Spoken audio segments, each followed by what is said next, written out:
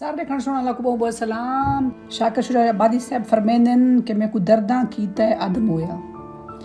मैं को दर्दां कीता है अध मोया, मेरे दर्द वंडा मैं को आसरा दे,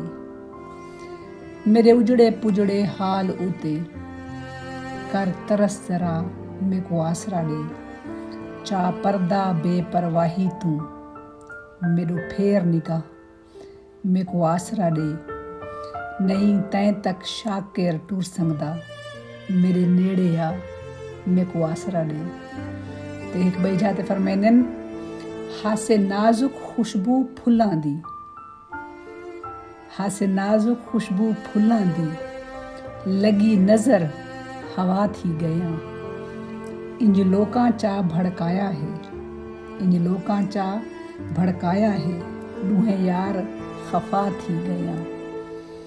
नहीं दिल आहदा हुण मिलन किते, नहीं दिल आहदा हुण मिलन किते, मुँह जोर वाला थी गया, वत शाकिर खेड मुकदरां दी, वत शाकिर खेड मुकदरां दी फिलहाल जुदा थी गई। ते एक बई जात याद है असां लोक मुसाफिर दुनिया दे, असां लोक मुसाफिर दुनिया दे, एक पहर किथई दूजा पहर किथई, अज कैं जाते कल कैं जाते, इतवार किथई ते सुवार किथई, ना होश हवास हिन कब्जे विच, ना होश हवास हिन कब्जे विच, साडे पैर किथई हिन पिजार किथई,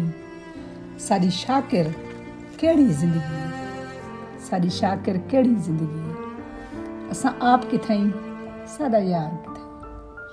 हसदे वसदे रहो, खुश रहो ते कुछ शेयर करो, चा मर पवो थोड़े वास्ते मैं सारा कुछ करनी है, तो मासी जी है ना वो सब्सक्राइब ज़रूर करो, ठीक है, ताकि थोड़ा भी कोई अपना भी हिस्सा जो रहे ना अपनी ज़बान दे तरवीज थोड़ा पाओ। शुक्रिया।